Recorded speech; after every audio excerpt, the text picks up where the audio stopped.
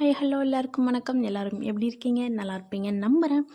இன்றைக்கி நம்ம வீடியோ பதிவில் என்ன பார்க்க போகிறோம் அப்படின்னா, மானாமதுரைன்னு சொல்கிற இடத்துல நல்லதங்காள் அப்படின்ற ஒரு தெய்வத்தை பற்றி தான் பார்க்க போகிறோம். அவங்க நம்மளை மாதிரி ஒரு மனுஷ ஜென்மத்தில் பிறந்து கல்யாணமும் பண்ணி குழந்தைகளும் பிறந்து அதுக்கப்புறம் அவங்க இறந்து போயிட்டாங்க. இறந்தவங்க எப்படி தெய்வமானாங்க அப்படின்றத பற்றி தான் இன்றைக்கி நம்ம பார்க்க போகிறோம். அவங்க ஏன் இறந்தாங்க அப்படின்றதையும் நம்ம பார்க்க போகிறோம். அர்ச்சனாபுரம் அப்படிங்கிற ஊருக்கு பக்கத்தில் மதுராபுரி அப்படிங்கிற ஒரு சின்ன கிராமம் இருந்திருக்கு. அங்கே ராமலிங்கம் இந்துமதி அப்படிங்கிற ஒரு மகாராஜாவும் மகாராணியும் இருந்திருக்காங்க. அவங்களுக்கு ரொம்ப வருஷமாக குழந்தைங்கள் கிடையாது.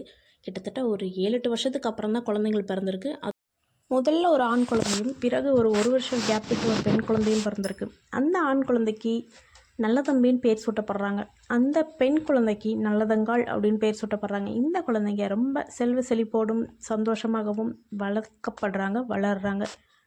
ஒரு கட்டத்துக்கு மேலே இவங்களும் டீனேஜ் வயசை தொடுறாங்க. அதாவது நல்லதங்காள் பூப்படைகிற தருணத்தில் இருக்காங்க, பூப்படையவும் செய்கிறாங்க.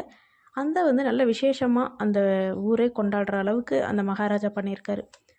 ஒரு கட்டத்துக்கு மேலே மகாராணிக்கும் மகாராஜாவுக்கும் வயசாகுது. வயசானனால அவங்களுக்குள்ள ஒரு வருத்தம் வருது, நம்மளோட குழந்தைங்க 2 பேருக்குமே இன்னும் கல்யாணம் பண்ணி வைக்காமல் இருக்கமே அப்படின்னு. ஒரு கட்டத்தில் என்ன பண்ணுறாங்க அப்படின்னா, நல்லதங்காலுக்கு மாப்பிள்ளை தேடுறாங்க. மாப்பிள்ளை எங்கேயும் அமையலை. ஏன்னா இவங்க ஒரு மிகப்பெரிய ராஜவம்சத்தை சேர்ந்தவங்க. அதே போல் அந்த சைடில் இருக்க மாப்பிள்ளையும் ராஜவம்சத்தை சேர்ந்தவங்களாக இருந்தால் நல்லாயிருக்கும் அப்படின்ட்டு எதிர்பார்க்குறாங்க.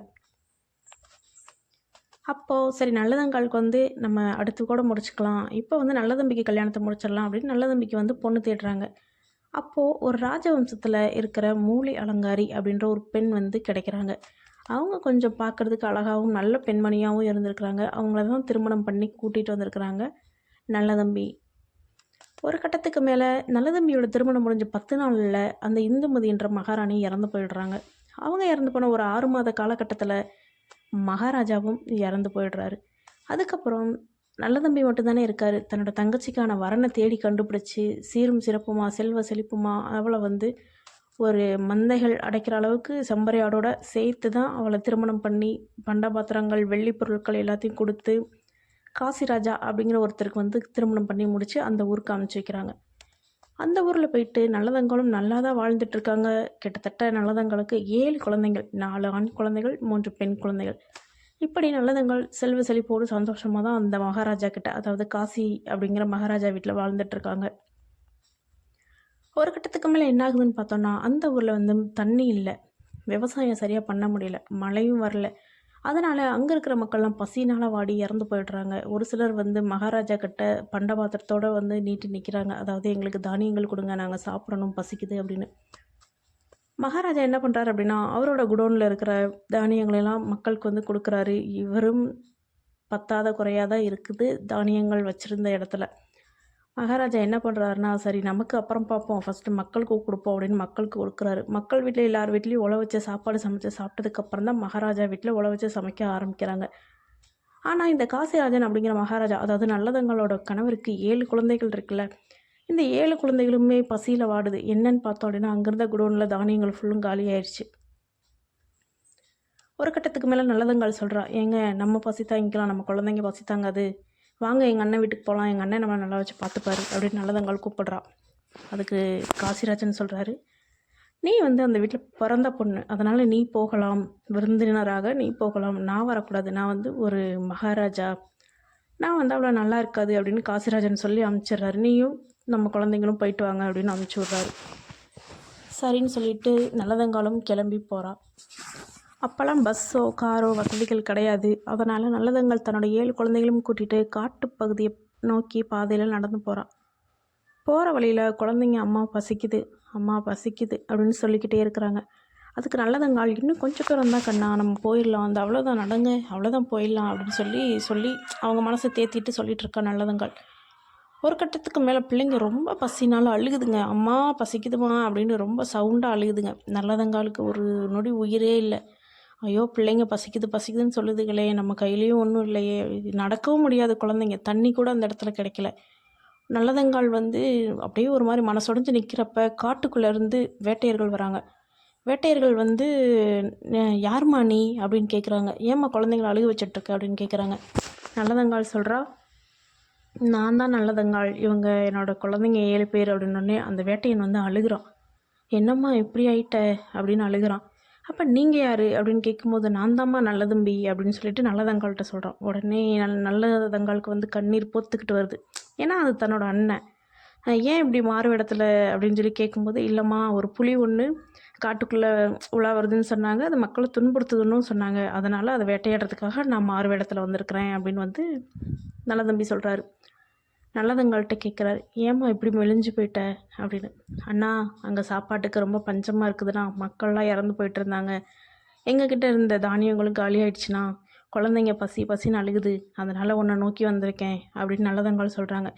வீட்டில் மூலி அலங்காரி இருப்பா, நீ வீட்டுக்கு போய் ஃபஸ்ட்டு பிள்ளைங்களுக்கு சாப்பாடு கொடு, நீயும் சாப்பிடுமா, நான் வந்துடுறேன், நான் வர 2 நாள் ஆகும் அப்படின்னு நல்லதம்பி சொல்லி அனுப்பிச்சிட்றாரு. நல்லதங்காலும் தன்னோட குழந்தைங்களை கூப்பிட்டுட்டு அரண்மனையை நோக்கி போயிட்டுருக்காங்க. அப்போது மகாராஜா, அதாவது நல்லதம்பி கூட இருந்த ஒருத்தன் வந்து வேலையாள் என்ன பண்ணுறான் அப்படின்னா, மூலி அலங்காரிக்கிட்ட இந்த மாதிரி நல்லதங்காள் தானும் தன்னோட 7 குழந்தைங்களையும் கூட்டிகிட்டு இங்கே தான் வரா, அவளோட ஊரில் பசியும் பஞ்சமுமா இருக்குது, அவகிட்ட இருந்த தானியங்கள் எல்லாம் காலியாயிடுச்சான் அப்படின்னு வந்து மூலி அலங்காரிக்கிட்ட சொல்கிறாங்க. உடனே மூலி அலங்காரி என்ன பண்ணுறா அப்படின்னா, தான் கிட்ட இருந்த தானியங்கள் எல்லாத்தையும் எடுத்துகிட்டு போய் ஒளிச்சு வச்சிட்றா, நகை எல்லாத்தையும் கொண்டு போய் ஒரு பாதாள அறையில் ஒளிச்சு வச்சிட்றா. அதுக்கப்புறம் நல்லதங்காள் வந்த உடனே கேட்டையும் க்ளோஸ் பண்ணிடுறா. அரண்மனை கேட்டையும் க்ளோஸ் பண்ணிவிட்டு அதை திறக்காத அளவுக்கு பண்ணிவிட்டு ஒன்றும் தெரியாத மாதிரி போயிட்டு ஒரு இடத்துல உட்காந்துக்கிறா. அங்கேருந்த பணிப்பெண் எல்லாரையுமே அமுச்சு விட்டுறா. ஏன்னா வேலை செய்கிறதுக்கு வந்து நல்லதங்காலை வச்சுக்கலாம் அந்த ஒரு மைண்ட் செட்டில் பணிப்பெண் எல்லாத்தையும் அமுச்சு விட்டு நகை எல்லாத்தையும் ஒளிச்சு வச்சுட்டு ஒரு இடத்துல போய் உட்காந்துக்கிறா. அப்போ கேட்டுக்கிட்ட வந்து நல்லதங்கால் நிற்கிறா, கதவு திறக்கலை. அண்ணி அண்ணி கதவை திறங்க அண்ணி, குழந்தைங்க பசியில் வாடுதுங்க அப்படின்னு சொல்லி நல்லதங்கால் சொல்கிறா. அப்போவும் அவள் மனசாட்சி இல்லாத ஒரு நாய் கதவை திறக்கலை. அப்போ கடவுளை நோக்கி அவள் கத்துறா, ஈஸ்வரா என்ன இது சோதனை, என் குழந்தைங்க பசினால் வாடுது, கதவை திறக்க உதவி பண்ணுங்க ஈஸ்வரா அப்படின்னு தலையில் அடிச்சுட்டு அழுகிறா. அப்போ அந்த டோர் தானாகவே ஓப்பன் ஆகுது. நல்லதங்காள் அந்த வீட்டுக்குள்ளே நடந்து போகிறா. அண்ணி அண்ணி அப்படின்னு உள்ளே போகிறா. அண்ணி இருக்கிற இடத்துக்கு போகிறா. அண்ணி உடனே மூஞ்சி சுழிச்சிட்டு சொல்கிறா, ஏன் அங்கே இருக்கிற சொத்தெல்லாம் அழிச்சிட்டு இப்போ இங்கே இருக்க சொத்தை அழிக்க வந்துட்டியா அப்படின்னு நல்லதங்காளை பார்த்து கேட்குறா. இல்லை அண்ணி, என் பிள்ளைங்க பசினால் வாடுது, அங்கே ரொம்ப பஞ்சமாயிருச்சு, மக்கள் பசிக்கு சாப்பாடு இல்லாமல் இறந்து போயிட்டுருக்காங்க, அதான் குழந்தைங்களை கூட்டிகிட்டு இங்கே வந்த அண்ணி அப்படின்னு சொல்கிறா. கொஞ்சம் சாப்பாடு இருந்தால் கொடுங்க அண்ணி அப்படின்னு கேட்குறா. அதெல்லாம் இல்லை, இங்கே இருந்த தானியங்கள் அரிசியெல்லாம் காலியாயிடுச்சு, கேழ்வரகு வேணா இருக்குது கொடுக்குறேன் அப்படின்னு சொல்லிட்டு கேழ்வரகு கொடுக்குறா. கேழ்வரகு கொடுத்தோடனே நல்லதங்காள் என்ன பண்ணுறா அப்படின்னா, சரி கொடுங்க அண்ணி அப்படின்னு வெயிட் பண்ணிருக்கா. அப்போ ஒரு பணிப்பெண்ணை கூப்பிட்டு சொல்கிறா, கேழ்வரகு எடுத்துகிட்டு போய் நல்லதங்காள் கையில் கொடு, ஒரு ஓட்ட பானையும் கொடுத்துரு அப்படின்னு சொல்கிறா. சொல்லிட்டு சிரிக்கிறா. அவள் எப்படி தான் சமைக்கிறான்னு நானும் பார்க்குறேன் அப்படின்னு சொல்லி சிரிச்சுக்கிறாங்க அவங்களுக்குள்ளேயே. நல்லதங்காள் என்ன பண்ணுறான்னா, அந்த ஓட்டப்பானையை வச்சே சமைக்க ஆரம்பிக்கிறா. நெருப்பு எரியவே மாட்டேக்குது. நெருப்பு எரியாமல் இருக்கவும் நல்லதங்காளுக்கு அழுக தாங்கலை. ஏன்னா குழந்தைங்க பசி பசின்னு சொல்லிட்டு இருக்காங்க. ஒரு கட்டத்துக்கு மேலே நல்லதங்காள் வந்து, அண்ணா பூரணி தாயே, நான் பத்தினி என்பது உண்மைனா இந்த அடுப்பு கொழுந்து விட்டு எரியட்டும், என் குழந்தைங்க பசியில் வாடிட்டுருக்கு அப்படின்னு சொல்கிறாங்க. ஒரு கட்டத்துக்கு மேலே அந்த அடுப்பும் கபகபகபன்னு எரியுது. உடனே அந்த இடத்துக்கு மூலி அலங்காரி வந்து அந்த பானையை ஒரே எத்தி தள்ளி விட்டுட்டு சொல்கிறா, உழ வைக்கிறன்ற பேரில் நெருப்பை இப்படி கொழுந்து விட்டு எரிய வச்ச அப்படின்னா அரண்மனையே எரிஞ்சு போயிடும் அப்படின்னு சொல்லி சத்தம் போட்டு அதை கீழே தள்ளி விட்டு உடச்சிட்டா அந்த பானையை. இந்த குழந்தைங்க பசியில் வாடுது. நல்லதங்காளுக்கு என்ன பண்ணுறதுனே புரியலை. உடனே நல்லதங்காள் ஒரு முடிவெடுக்கிறா. தன்னோட 7 குழந்தைங்களையும் அழைச்சிட்டு, சாப்பாடு இங்கே கிடைக்காது சாமி, வாங்க நம்ம போகலாம் அப்படின்னு அந்த 7 குழந்தைங்களையும் கூட்டிகிட்டு மறுபடியும் நடக்க ஆரம்பிக்கிறாள். அவள் எங்கே போகிறான்னு பார்த்தா, காசிராஜாவோட அந்த அரண்மனைக்கு போகிறாளா, இல்லை வேற எங்கேயும் போகிறாளா, இல்லை தன்னோட அண்ணனை பார்க்க போகிறாளா அப்படிங்கிறது தான் இதில் ட்விஸ்ட்டாக இருக்குது. அப்போ இவள் என்ன முடிவு பண்ணிட்டா அப்படின்னா, தன்னோட ஊர்லேயும் பஞ்சம் ஜாஸ்தியாக இருக்குது, அண்ணனும் வீட்டுக்கு வரல, அண்ணியும் இப்படி கொடுமைப்படுத்துது, அதனால் நம்ம செத்து போயிடலாம் அப்படின்னு யோசிக்கிறாள். ஒரு கட்டத்துக்கு மேலே தான் போகிற வழி எல்லாமே ஆவாரம்பூ, மஞ்சள் கலரில் இருக்கும், முகத்துக்கு கூட நம்ம அப்ளை பண்ணுவோம், ஆவாரம்பூவை ஒடிச்சு போட்டுக்கிட்டே போகிறா. ஏன்னா தன்னோட அண்ணனோ இல்லை தன்னோட கணவனோ நம்மளை தேடி வந்தாங்க அப்படின்னா இது வந்து வழி சொல்லட்டும் அப்படின்னு வராங்க. அப்போ அங்கே ஆடு மேய்க்கிற ஒரு 3 பேரை பார்க்குறா. அந்த 3 பேர்கிட்ட கேட்குறா, ஐயா குழந்தைங்களுக்கு தண்ணி தாகமாக இருக்குது, இங்கே கிணறு எங்கேயாவது இருக்குங்களா அப்படின்னு கேட்குறா. இருக்குதுமா, கொஞ்சம் தள்ளி நடந்து போனேன் அப்படின்னா கருப்பசாமி கோவில் ஒன்று இருக்குது, அந்த கருப்பசாமி கோவிலேருந்து கொஞ்சம் உள்ளே நடந்து போனேன் அப்படின்னா அங்கே ஒரு கிணறு இருக்குமா அப்படிங்கிறாங்க. உடனே நல்லதங்காள் சரிங்கய்யா ரொம்ப நன்றி அப்படின்னு சொல்லிட்டு போகிறா. போன உடனே குழந்தைங்களுக்கு தண்ணி கொடுக்குறா. குழந்தைங்க டயர்டில் படுத்து தூங்குதுங்க. தூங்கின உடனே நல்லதங்காள் வந்து மனசை கல்லாக்கிட்டு யோசிக்கிறா. சின்ன குழந்தை, அதாவது கடைசி குழந்தையிலேருந்து வரா. ஒரு குழந்தையா தூக்கி உள்ளே போட்டுட்டா.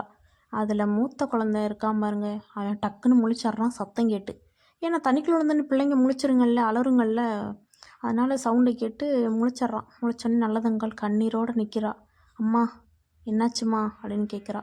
ஒன்றும் இல்லை சாமி, நம்ம எல்லோரும் கிணத்துக்குள்ளே போகலாம் குளிக்கலாம் அப்படின்னு சொல்கிறா. இல்லைம்மா ஏதோ தப்பாக இருக்குது, என்னை மட்டும் விட்டுருங்கம்மா, நான் நம்ம வம்சத்தோட பேரை சொல்லிக்கிறேம்மா, என்னை விடுங்கம்மா விடுங்கம்மான்னு அழுகிறான்.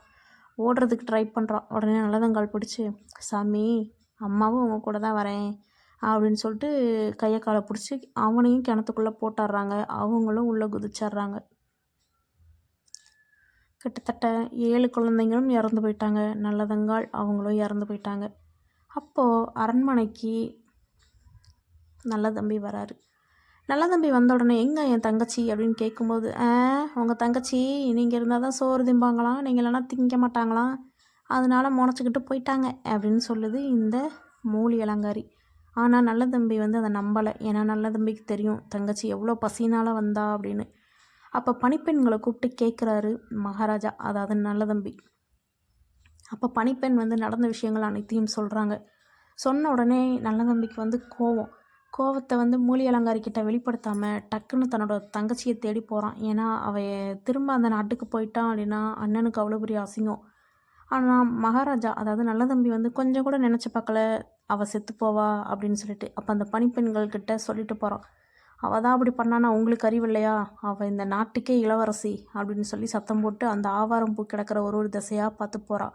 அந்த டைமில் காசிராஜாவும் அங்கே மழை தண்ணி பெஞ்சு செல்வ செழிப்பானதுக்கப்புறம் தன்னோட மனைவிகளையும் குழந்தைகளையும் கூட்டிகிட்டு போகிறதுக்காக காசிராஜாவும் ஒரு பக்கம் வந்துட்டுருக்காரு. 2 பேருமே மீட் பண்ணுறாங்க. மீட் பண்ணும்போது நல்லதங்கால் கிளம்பி வந்துட்டான்னு சொல்கிறாங்க. நான் இந்த ஆவாரம்பூ பகுதியை நோக்கி தான் போயிட்டுருக்கேன், இந்த குச்சி எங்கெல்லாம் இருக்கோ அந்த திசையில் தான் நல்லதங்கால் போயிருப்பா, எனக்கு தெரியும் அப்படின்னு காசிராஜாவும் நல்ல தம்பியும் பேசிக்கிட்டே போகிறாங்க. அங்கே வந்து கிணத்த பார்க்குறாங்க. கிணத்துல நல்லதங்காலோட தாலி வந்து இருக்குது. காசிராஜா மனம் உடஞ்சி போயிட்டார். ஏன்னா தாலி இங்கே இருக்குது அப்படின்னா அப்போ கிணத்துக்குள்ளே அப்படின்ட்டு போய் எட்டி பார்க்குறாங்க. அந்த 7 குழந்தைகளும் பிணமாக மிதக்குது. நல்லதங்காலும் சேர்த்து 8 பிணங்கள் அங்கே மிதக்குது. காசிராஜாவுக்கு அந்த இடத்துல ஹார்ட் அட்டாக் வந்து, அதாவது நெஞ்சு வலி வந்து அந்த இடத்துல இறந்து போயிட்டார் காசிராஜா. நல்லதம்பி மட்டும்தான் அந்த இடத்துல இருக்கார். நல்லதம்பிக்கு மனசே உடஞ்சி போச்சு. தன்னோட தங்கை இப்படியா, அதுவும் அந்த குழந்தைங்க என்ன பாவம் பண்ணுச்சு, அதுகளும் இறந்து போச்சு, தன்னோட தங்கையோட கணவரும் இறந்து போயிட்டாரு அப்படின்னு சொல்லிட்டு திரும்ப வீட்டுக்கு வராரு. அவங்களுக்கான ஈமச்சடங்கெலாம் முடிச்சுட்டு மூலி அலங்காரியோட வம்சத்தையே அழிக்கணும் அப்படின்னு மகாராஜா முடிவு பண்ணுறாரு நல்லதம்பி. அப்போ கெட்டது நடந்த வீட்டில் ஒரு நல்லது நடக்கணும், அதனால் உன் தம்பிக்கு வந்து திருமணம் நிச்சயம் பண்ணிடலாம், கல்யாணத்தை நம்ம மண்டபத்திலே அதாவது நம்ம அரண்மனையிலே வச்சிடலாம் அப்படின்னு சொல்கிறாங்க. உடனே மூலி அலங்காரிக்கு ஒரே சந்தோஷம். அதுக்காக சிற்பி அடிக்கிறவரை கூப்பிட்டு ஒரு பொய்யான திருமண மண்டபத்தை ஏற்பாடு பண்ணுங்க அப்படின்னு சொல்லிடுறாரு. அவங்களும் ரெடி பண்ணுறாங்க. மறுநாள் காலையில் விடிஞ்சால் திருமணம். மூலி அலங்காரி அவங்க ஃபேமிலியெல்லாம் அந்த பொய்யான மண்டபத்தில் தங்க விடுறாங்க. இவரோட அதாவது நல்லதம்பியோட ஃபேமிலி எல்லாரையும் அரண்மனையில் தங்க விடுறாங்க. அப்போ திருமணம் நடக்கிறதுக்கு கொஞ்ச நேரத்துக்கு முன்னாடி அந்த மண்டபம் இடிஞ்சு விழுந்துருது. இடிஞ்சு விழுந்ததில் மூலி அலங்காரியோட ஃபேமிலி டோட்டலாக க்ளோஸ்டு. அப்போது நல்லதம்பி வந்து சொல்கிறார், என்னோடய தங்கச்சி என்ன வேதனைப்பட்டு இறந்துருப்பாலோ தெரியலை, ஒன்றை வந்து நான் விட்டு வச்சேன் அப்படின்னா அவளுக்கு செய்கிற துரோகமாக ஆகிடும். அது அவள் எண்ணங்களில் மனசை கல்லாக்கிட்டு தன்னோட குழந்தைய அதில் தூக்கி போட்டிருப்பாளோ அப்படின்னு யோசிச்சிருக்காரு. ஒரு கட்டத்துக்கு மேலே இவரும் ஈட்டியை வச்சு தன்னைத்தானே கஷ்டப்படுத்தி இறந்து போயிட்டார் நல்லதம்பி. இப்போது அந்த பகுதியில் வந்து நல்லதங்கால் தான் காத்து நிற்கிறதா சொல்லப்படுது. நல்லதங்காலை தெய்வமாக வழிபடுறாங்க அந்த ஊர் மக்கள். இதில் என்னோடய கருத்து என்னென்னா, அந்த பொண்ணு எவ்வளோ மனசு வேதனையாக இருந்தால் தன்னோட 7 குழந்தைங்களை கொண்டுட்டு அவங்களும் இறந்து போயிருப்பாங்க. அந்த பிள்ளைங்க மேலேயும் மனைவி மேலேயும் எவ்வளவு பாசம் வச்சுருந்தா காசிராஜா அந்த இடத்துல இறந்து போயிருப்பார். நமக்கு கேட்கவே கஷ்டமாக இருக்குது. ஓகே கைஸ், இந்த வீடியோ இதோட முடிஞ்சது. நெக்ஸ்ட் ஒரு வீடியோவில் நான் வந்து உங்களை சந்திக்கிறேன். அதுவரையும் நான் உங்கள் நித்யா.